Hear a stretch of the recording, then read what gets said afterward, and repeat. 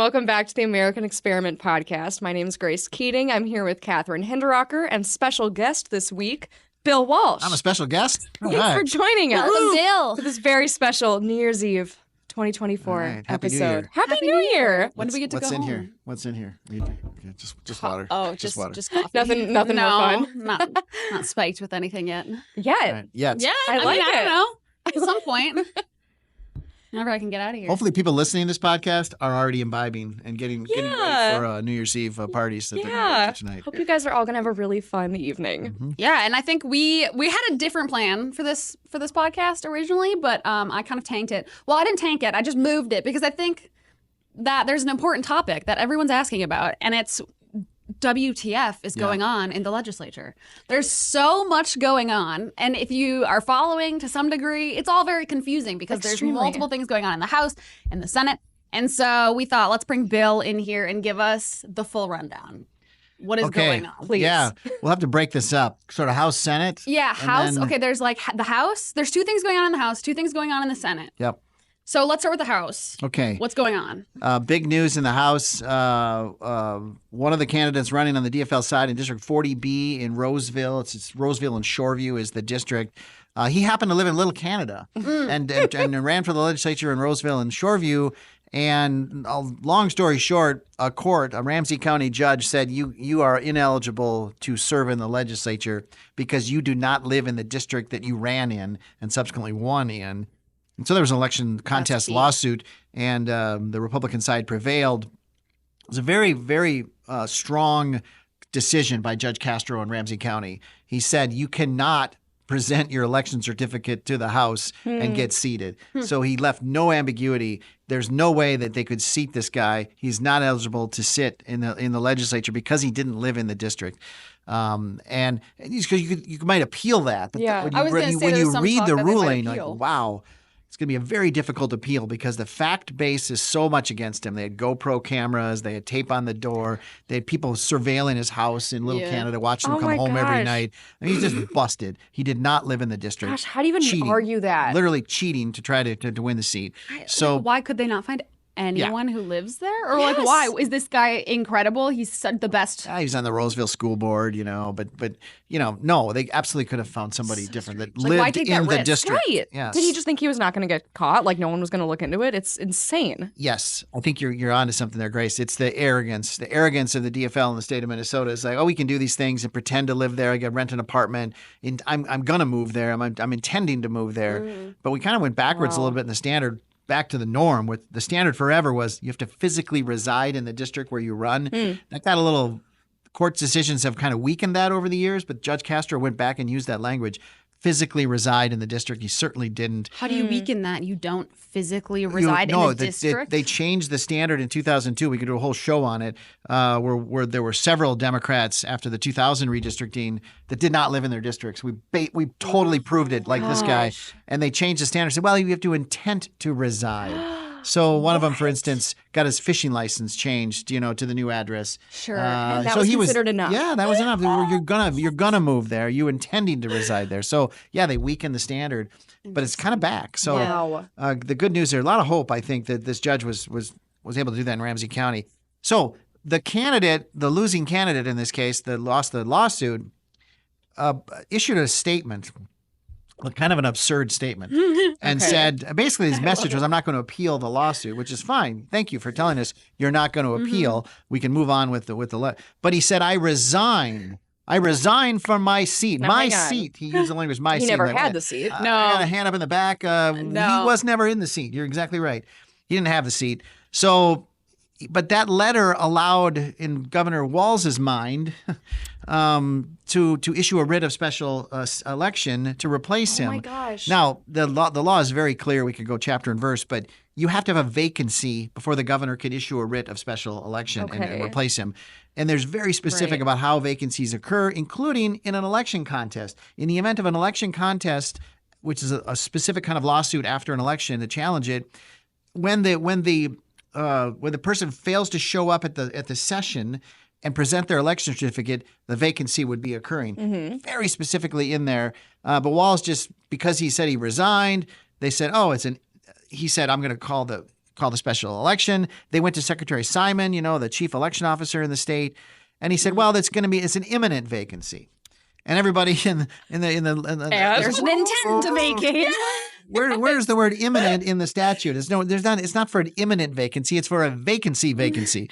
So who is stopping this? This is just happening. More of the arrogance of the DFL. Can't someone sue the? They could sue. Is it worth it? It might not even be worth it. Yeah. It's so frustrating. So the interesting part of this is it doesn't really give the Democrats a competitive advantage here because on January 14th, when they convene, and just a note on January 14th, forever we started the sessions the first Tuesday after January 1st. But the legislature changed the law a few years ago, and this is the first time it's actually happening to give everybody 2 weeks before that first day in January of the year after an election. It actually makes some sense. It's very difficult to get a kind of a government and a caucus up and running on one day when in comes one group and now. So we don't start till January 14th. All right, side lesson aside. On January 14th, 67 Republicans will show up and offer their election certificate from their counties that says, hey, the county says I won. Here's my election certificate proving it. I get a seat. 66 Democrats will show up with election certificates because the court said this guy can't show up. So on January 14th, the first item of business is to elect a Speaker of the House. So Secretary of State Simon will have the gavel to convene the House, bring them all together. We're in order. And then somebody will raise their hand and say, I move we have Lisa Damuth from St. Cloud area to be the Speaker of the House. And then somebody will move Melissa Hortman from Brooklyn Center, Brooklyn Park to be the Speaker of the House.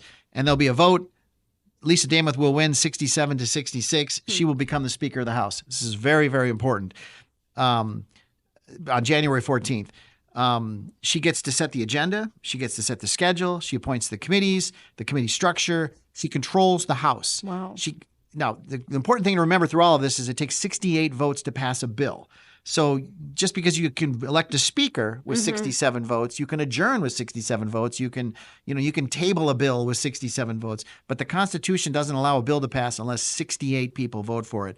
So it's great to organize the House, run the calendar. They're still going to have to work with Democrats to get anything done, especially the budget, because it does take 68 votes and they only have 67. Well, that was one of my questions. Like, what do Republicans actually gain from having her as the Speaker when, it doesn't seem like there's much they can do anyway, right? I mean, what do they actually gain? A lot. I mean, first, just calendaring bills. What bills come to the floor? Okay. Having a majority on the Rules Committee, for instance. So the Rules Committee kind of votes on what bills are up today. I mean, what bills are up today? You got a really bad idea that a Democrat introduces, it'll die in committee because the committees will be weighted just a little tiny bit to the Republicans because they have have this temporary one vote majority. Democrats will jump up and down and say we're even. We should be even. Well, you weren't even on the first day. Sorry. We elected a Speaker. We put all the committees together. So really, the agenda and the timing and the structure, that gets you a lot. It doesn't get you everything. You still have to cut a deal. You still have to work with Democrats and the governor to pass a budget. But really, really bad ideas probably aren't going to make it to the floor because they're not going to get through the procedural votes to do it. So that's the big news there. Now, but that's not the only thing going on in the House. Let me just finish on this. So the governor did issue a writ of special election. You could argue it in court and say he didn't have the foundation to. Somebody probably should just for the sake of the law and precedent going forward. And maybe somebody will. Maybe our friends at Upper Midwest Law Center have a client or somebody, a plaintiff they could do. Anybody, I suppose, in that district could say this is not right. But anyway, they're going to have an election in 40B. It's likely a Democrat will win, although everything's possible now. Because I think you can make a really strong argument in Roseville and Shoreview that team cheated. Yeah. Why are we going to send one of theirs to represent us? I know that guy didn't cheat. Maybe he's a new candidate or a new woman that's going to run. But that team cheated. So maybe people in Shoreview and Roseville should maybe pick the Republican who ran a good campaign, who rooted out all of this information, presented it to the court, and got the guy bounced. Maybe he should be the guy. So anyway, but the odds are a Democrat's going to win, but they'll be back to 67. Yeah. They might say, well, then they can throw Damuth out as Speaker, but they can't. Because if a Democrat stands up and says, I move we switch speakers, that motion will fail 67 to 67. So she's in for good for the 2 years, assuming no Republican votes to oust her. other weird things happen, which they probably will. So Yeah. that's weird thing number one. There's still outstanding another seat. Another Democrat won by 14-vote margin in Scott County. And it was discovered in the process that 20 envelopes with votes in them were destroyed by accident, they said. I don't even know where to start with this. Accident. They were in those envelopes. There was the shredder, and then the pile got into the shredder. We don't know what happened. So, they're not really making excuses except using the word accident. I mean, but this is so crazy. If you have people who don't vote in your life, though, you need to show them this article. Yeah. If they don't understand why, well, my vote doesn't really count. Yeah. Yes, it so does. And then show them the things that happened in the Minnesota legislature and specifically the 2022 session where they had these one vote majorities in the House and the legislature, and they did all kinds of insane stuff that will really impact you. So those are the kind of things you need to pass on to your friends. Absolutely. Show them this Your article. vote does matter. 20 were thrown away accidentally. The margin is 14. They had a trial over this. It was a kind of a bizarre thing, I think. In the trial, they seem to know who the 20 are, like which voters' ballots were destroyed. What? Yeah, both sides in the court battle. It appears, looking from the outside, that they know who these 20 are. So each side contacted as many of them as they could and brought them in and had them testify. And said, mine was in that pile. Well, how'd you vote? Well, I voted for the Democrat. Okay. Well, how'd you vote? I voted for the Republican. So the Democrats are saying that they got 6-7 people to come in and say, I voted for Tabke, the Democrat. And they're saying by math then, if 7 of these people say they voted for him, then there's no way you could overcome a 14-vote margin with 20 votes in the pile, 7 of whom said they could already vote Democrat. My question is, and I know the lawyers for the Republicans asked this in court, since when do we vote out loud in Minnesota? You're telling those people they have to declare who they voted for in public. And are they telling the truth? Just seems like a really silly exercise. Do you remember that in the Democrat in the national election for president, the Democrat side had an ad run where women were in the voting booth and they were winking at each other. And the message was, you can do whatever you want in that voting booth, ladies, because your husbands don't know. And if you got some MAGA husband, troglodyte that's going to beat you up if you vote for Trump, or you don't vote for Trump. So that was the whole point of that ad was, your vote is private. It's sacred. And yet we're putting these people on the stand and saying, tell us who you voted for. Well, Judge, she said they voted for Tabke, so it must be true. Well, no, voting is private. So that's not going to work, though, is it? Well, it might. So here's the problem. That was all presented. The evidence is overwhelming. The ballots were destroyed, 20 ballots destroyed, 14-vote margin. Yeah, these people testifying. How do you weigh that? Yeah. The judge has to make a decision, though. What is the remedy? What if he decides, this isn't good? We got to fix this. How do you fix this? The Republican side is saying, start over, special election. That's what I would Run say. the election over again. There's no way you can do this unless everybody votes again. Yeah, what's the alternative? The Democrats are saying, but all the people that voted in November that might not be able to vote in a special might not show up. They're in the middle of too February. bad. Your guys messed up. Right. So that is the main remedy is to do the whole thing over. That would be a very unusual, drastic, extreme remedy. Not saying that it shouldn't happen, but it would be really. And in today's world, we got the good decision from the other judge in Ramsey County. Maybe we'll get a good decision out of this judge. I'm afraid the remedy is going to be he's going to take the weight of those voters that testified, and he's going to say math doesn't work. It's terrible what happened. I don't like it, but we're going to declare him the winner. Now the next question is that good enough for House Republicans, who, remember, on January 14th, have 67 people, and the Democrats will only have 66. So a Republican could stand up and say, Tabke from Shakopee, I watched that trial. I saw what happened, the 20 votes that were discarded. I'm not buying it. You're not getting seated. I move we don't seat that guy. I don't care what the judge said. The House is in charge of who gets to sit in the House. Ultimately, the House decides. By the way, one of the things the judge could say is they could just throw it to the House and say, here's the evidence. You guys decide. No way. A court shouldn't do this. So there could still be an argument made in the House on the first day with the 67-66 that says, we're not seating that guy either. Roseville doesn't have a seat because they didn't show up.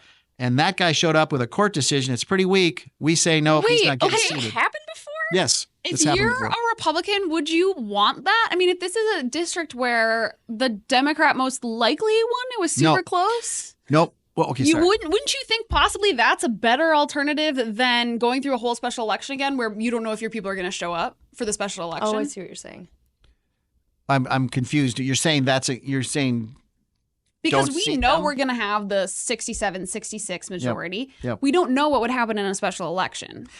Yeah, a couple things. I think the special election would favor Republicans. You do? Okay. Yep. We can do a whole show on that, but low voter turnout. It's a good solid, obviously a 50-50 district. Yeah. The money that would be spent, the fact that Trump just won, the mood in the country, all of that points to a very good chance for Republicans to win a special election. We're better at special elections, that are in close margins historically than the Democrats are. So I would say the chances are good if they could get a special election, they'd take it. The downside of not seating Tabke when he shows up with an election certificate and a court decision is the PR. That's going to be tough to overcome. The Democrats are going to scream, "Hey, we won in court. But that's a we stupid won on argument. election They're night." going to get terrible PR no matter what they do 100% of the time. I know. fair. I know. I'm just. Okay, so yes. Don't kill the messenger. I'm just giving you all the options. This could happen. The Republicans. And is it worth it? Maybe it's worth it. Yeah. I mean, if they don't seat him, then there is a special session. It happened in 1979. But not since then? No, not since then. Whoa. Yeah. Okay. People showed up. It was tied, and Yeah, what was that? What were those circumstances? Why did they seat the person? I got to remember everything. I wrote might about be an this. unfair question. It was a while ago. I'm trying to remember. Well, I wrote about it right after the election, but I've forgotten all the details. But it got all of these fights occurred, and as in '79, the parties were a little different. I'll just say it. The Republicans were pretty weak. The Republicans nationally, Republicans locally were very weak, and so they came close. They were 68-68. But the first thing was like, well, the Republican they challenged a Republican. And it's the threat not to seat him because of unfair campaign practices. Like you did a brochure in the campaign that we think was unfair. We're not going to seat you. Absolutely won the seat, but they were going to go back and look at the campaign, and they brought this up. And then our Republican says, well, I don't feel like I should vote on this because it involves me. Okay. It's like, well, and then a Democrat was sick or out with a heart condition the first week. The Republicans didn't use that. They didn't pounce on it. Later in the session, the subject of this complaint had basically a heart incident on the floor arguing, and Irv Anderson, the DFL leaders, swooped in and said, oh, good, you're in the hospital? Cool. Vote. We win. We take over everything. So they took it over at the end of the session. So the long story short, Republicans Ruthless. weak, Democrats strong back in '79. Wow. Yeah, someday we should get Steve Swigum in here, who became Speaker of the House. That was his first session, and it really did. Trial by fire. That's what your post was about. It made him who he was, I think, and I worked for him, and he was really strong, a strong leader and a strong advocate to get the majority in '98. Eventually, 11 years later, 9 years. What's the math? 9 years later. 9 years later, 19 years later. Sorry. I don't know what dates you're From 79 to 98. I don't either. He's in the House from 79 to 98 and finally took the majority in 98 as Speaker. Were you but born yet, that Grace, formed him. or- That formed him. Was I born Yeah, yet? No, I was not. 98. 98. No, I was not. All right. Producer Isaac put it on her note that we got to get Steve Swigum in here for a podcast on that. That would be That'd be that would great. be a really good That'd be podcast. super cool. Yeah. The 79 story. Okay, let's That's move the House. on to the Senate. Wow. Because we've only gone through the House and in the Senate. There are two other big things happening. Yes. Start wherever you'd like. What are they? So Senate, just to set the stage, 34-33 margin from the last election. Democrats control the Senate. They have the majority leader and the president of the Senate. Senator Kerry Dietzig passed away on Friday, the week before we're taping this thing. Democrat senator from Minneapolis passed away. So now we are at 33-33 as they show up on January 14th. Okay. The governor has really swiftly moved to call a special election. Now, at least he has a vacancy. One of the in the statute, if someone dies, that's a vacancy. So at least he's following the law there. But he called it really fast. Basically, if you want to file to run for that seat, today is the 31st of December. You have until tomorrow, end of day, January 1, to file. And then you got to know. And so it sets off a really sprint for this election. The primary is on the 14th of January, the general election 2 weeks later. So they put them on the same schedule. So both elections are on the same schedule. Makes it easy for the Secretary of State. So that seat will be filled. Now, the difference is when they show up on January 14th, There's no presentation of election certificates because the Senate is in the middle of a 4-year term. The leadership has already been determined. So even though you might have a 33-33 number on the floor, it's not like the Senator Johnson, as a Republican, can stand up and say, I want a new vote for majority leader. It'll fail 33-33. The Democrats are in control of the Senate and will remain in control of the Senate. They'll replace Dietzig, again, likely with a Democrat because it's from Minneapolis, and they'll move on. Okay. Now, the other wrinkle, though, is Senator, forgot her name. Nicole Mitchell. The burglar. From the burglar. Senate burglar. From Woodbury, who decided one day to go up to her stepmother's house in Detroit Lakes and break into her home, was caught in the act and is facing a felony burglary charge on trial in the month of January in a few weeks. So insane. So lots of issues now come up. It's like, first of all, she's going to be presumably in Becker County in Detroit Lakes on trial. Oh my God. So votes will be occurring on the Senate floor. The margin is 33-33 if she's there. If she's not there, it's 33 Republicans, 32 Democrats. That's so now, funny. Again, can't pass a bill without 34 votes in the Senate, but motions certainly could pass 33-32 if she can't be there. Now, this brings up the other point, though. Are they going to allow remote voting? Yes, they We have did that lately, haven't really they? stupid COVID-era remote voting they allow. They open the door to this, and some people you've said warned, before, don't they just like call the person? Yeah. In theory, they like call the person and are like, yeah, we got a nay on the phone or whatever. Exactly. So if you watch the Senate floor, or the House is a little better, but the Senate floor was still doing it, where they'll take the vote of the people present, and the board goes up and they say, okay, now to call in the other members under rule point, whatever the rule is, and then some senators there with, Senator Dietzig votes aye, Senator Mitchell votes aye. They just So announce weird. it from the phone. They're on the phone with her. Really? Are you sure? Are they really on the phone? I mean, Okay, come so this on. was an issue with the senator who died, right? Wasn't she remote voting? Right. She was for a remote long voting time? for 2 years, while she's 2 fighting years? cancer. Yeah. And then back in the Okay, day, that interesting. didn't happen. If you couldn't physically show up to the Capitol, you couldn't vote. Did you just resign then? Yeah, you resigned because you were too sick and people replaced you. That's how it was. Huh. Now with remote voting, stay in. The risks are too high. We can't lose your seat. Oh my There's gosh, pressure. Wow. And so will Nicole Mitchell be voting from court? Will she be voting from jail? Will she be? I mean, this is going to be something to watch. Now that gets you to, okay, if she's convicted of a felony, it is really, really hard for her to stay in the Senate with a felony conviction. And lots of But people, not by the way, impossible? I think almost impossible, especially since many Democrats have called for her to resign. Yeah. You remember this? This all came out in the end of session. Republicans said she should resign. We actually ran a campaign here saying, email your senator and tell them to resign. Tell her to resign. And then they hung with her. She voted for the budget. She voted for all the bad stuff. And then the week after session, one after another, the Democrats came out and said, oh, yeah, we think she should resign. Now that the agenda has passed, Tim Walz, Ken Martin, other senator colleagues of hers have said, oh, yeah, she should resign. It's like those Democrats that came out like at the beginning of, after they lost, like after the elections, they're like, well, we're actually bipartisan now. The bipartisan caucus. Yeah. What?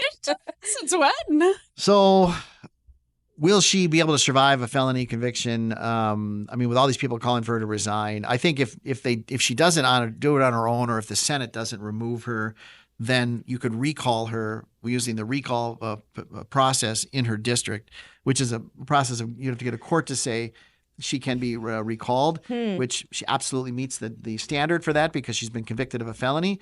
So then the court would approve the recall petition. Then you have to go get signatures in the district. Can you imagine people standing at the Cub Foods in Woodbury with a clipboard saying, will you sign the petition to recall Senator Mitchell? She's a felony burglar. And I bet, well, yeah, I will sign. I'll sign. I don't know how you survive that as a senator. It's like, oh, I'm good. Everything's fine. They got petition drives going on at Home Depot and Woodbury, but is it possible, I'm going to be okay. Is it possible she would go to jail on those charges? I don't think so. No, I mean, we'd have to get lawyers in here, but as a first offense, burglary, nobody was hurt.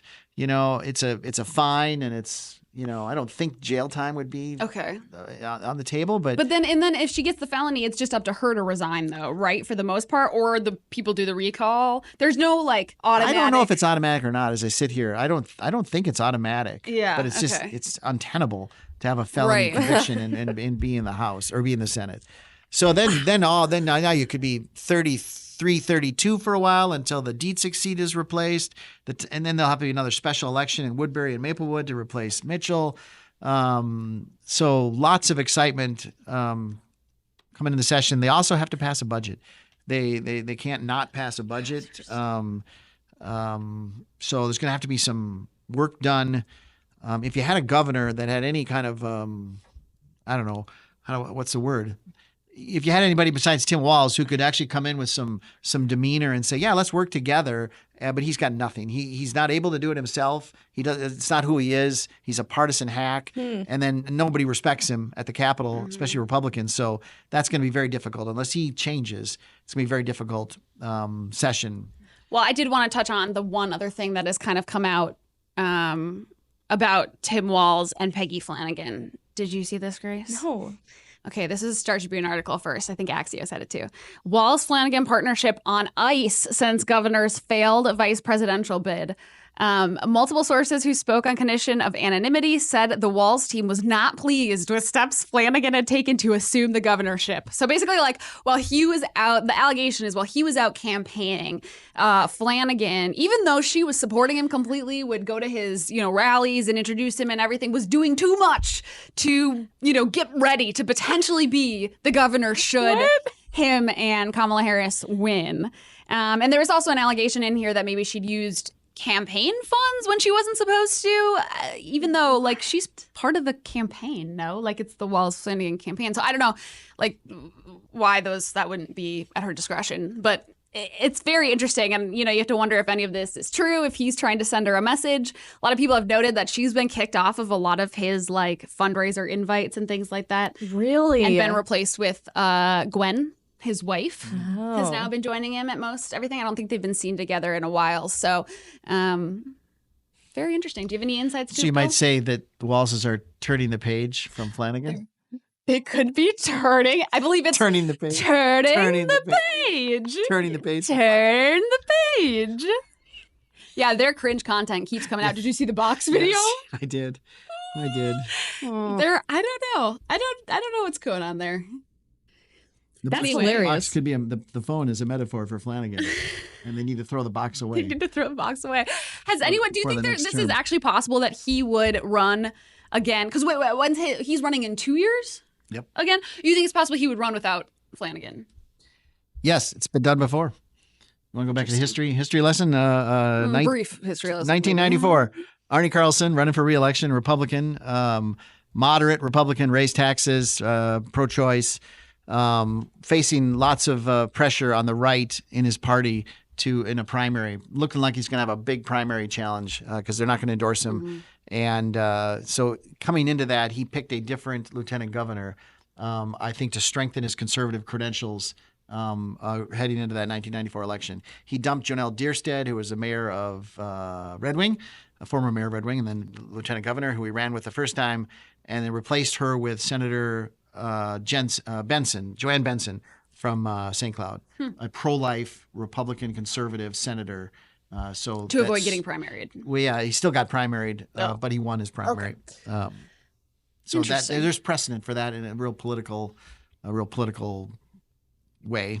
We'll see. I feel like it would be a bad idea for him to ditch Flanagan. I feel like she brings another part of the wing of the party, kind of into his campaign. And she was right beside him the whole time, cheering him on. She's been like his biggest supporter. So I thought that little tidbit of gossip was very interesting. Yeah, and I'm the last guy to defend Flanagan, but I don't think she did anything wrong here. I mean, if you'd have won the vice presidency, she would have been governor immediately, and she would have had to get a team together and a campaign together and everything else. And to fault her for taking some small steps to get organized and get ready is unfair. That's interesting. Unfair.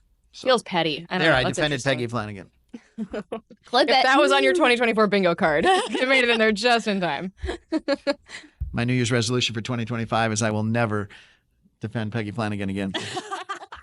Well, that won't be hard. Can't wait to see if you hold to that or not. Well, for the most part, 2024 wasn't so bad. We did an email here at American Experiment calling it a banner year for us at American Experiment. Grace, do you want to walk us through some of the highlights from 2024? It's been a crazy year. We can get a little depressed here in Minnesota, but it's honestly that's not so bad. Yeah, when you All the look time. at when you go month by month, it really it always shocks me like how much happened in the last 12 months. I mean, the fact that it was almost a year ago since our office was arson attacked. Yeah, that's what really That's crazy. Kicked off the year. Yeah. That's right. That was almost a year ago. Yeah, can you believe that?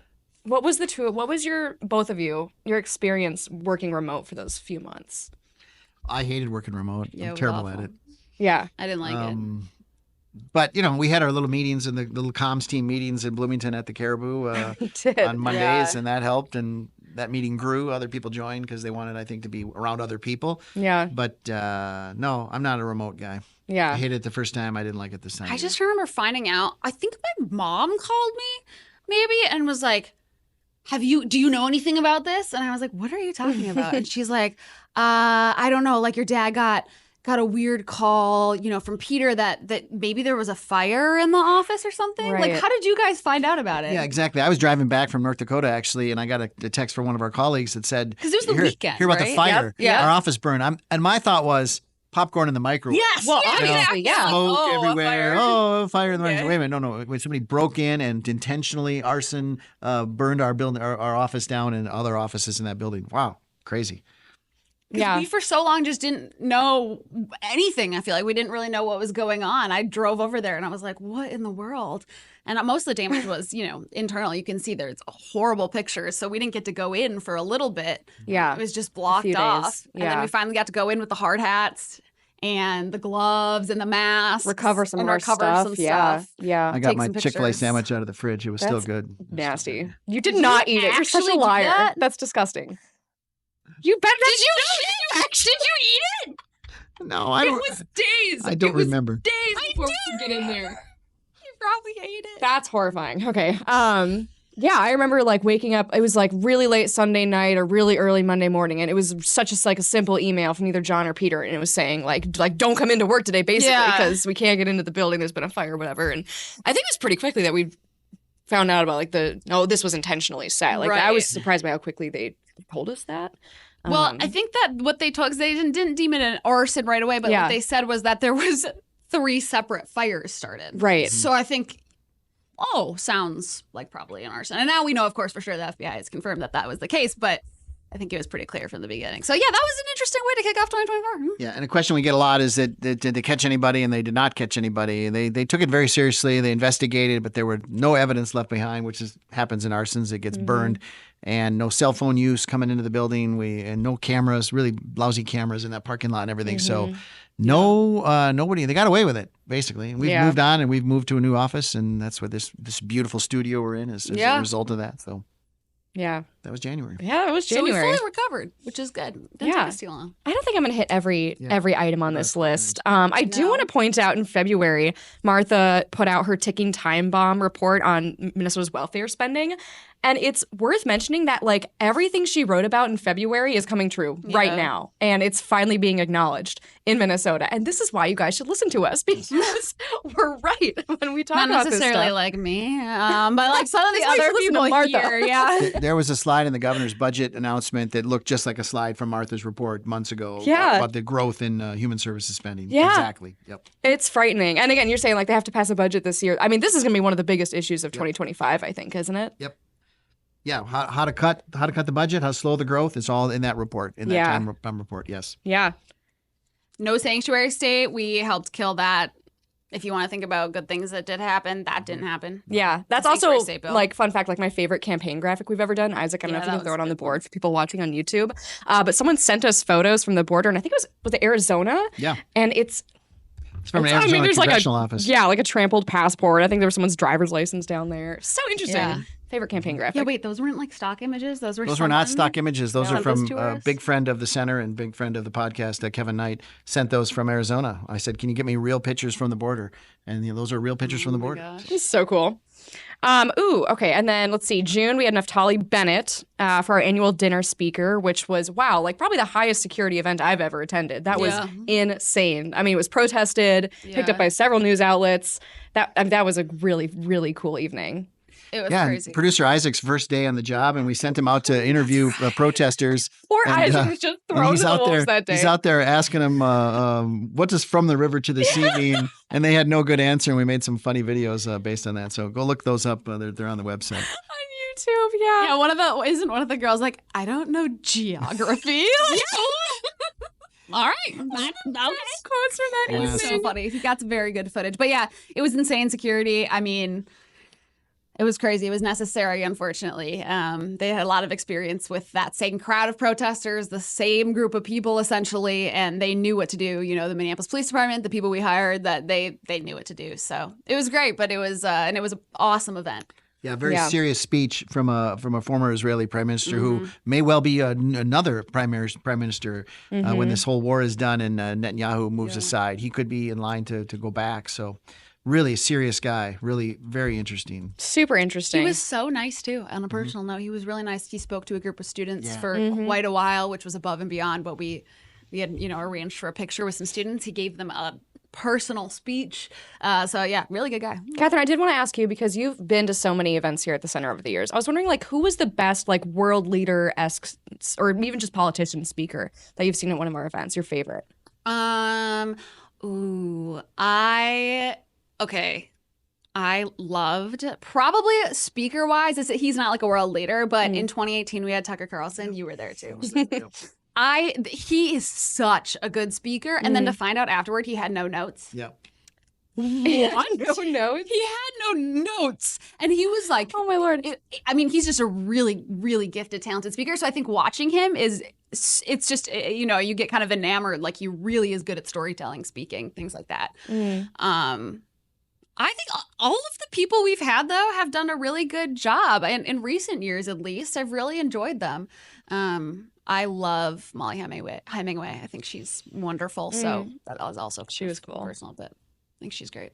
So yeah. I think the Bennett speech this year was above the rest because it was so timely. Yes, yeah. The conflict's Content-wise, still I going have to on, agree. And so the timeliness of his message was really good. I have to agree. You also could hear in the little pre-function that was going on with some of the sponsors, you could hear the beat of these people, the protesters pounding drums outside. Oh my and gosh. inside, he was speaking about the resilience of the Jewish people, the state, everything they're going through, how they've been attacked and what they're doing. And, it was a message of hope and resilience. And outside, you just hear people screaming and pounding these drums, spreading that completely different message on, outside. And so I think that juxtaposition to kick the whole night off was really interesting and powerful.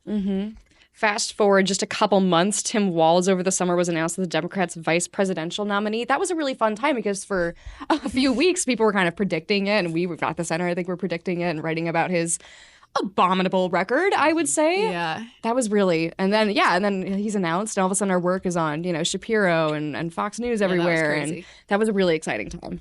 And then it had a happy ending.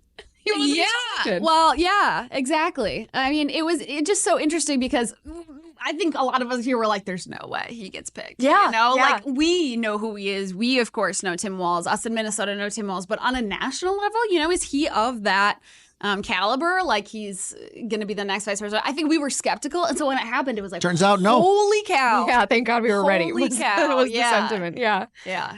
Yeah, we were ready, though. We've written about his record more than anybody. And so all we had to do was sort of go back and find content that we'd already written, repackage it, and say, here's Tim Walz's Minnesota. Not rumors, not personal life, not even the stolen valor stuff, which was very legitimate and it was a big part of the campaign. But what's happened in Minnesota under his leadership, and we did that 5 easy charge thing, crime is up and test scores are down, and, energy prices are up and people are leaving the state. Yeah. Taxes are up. So really was really fun and I think some gratifying that we've been saying these things and people listened. The national media listened more than anything. The media actually we were crucial for a lot of reasons because one, a lot of people on the national level were new to they didn't know much about what was going on in Minnesota and Tim Walz's record kind of flying under the radar as even an option until, right before he got picked.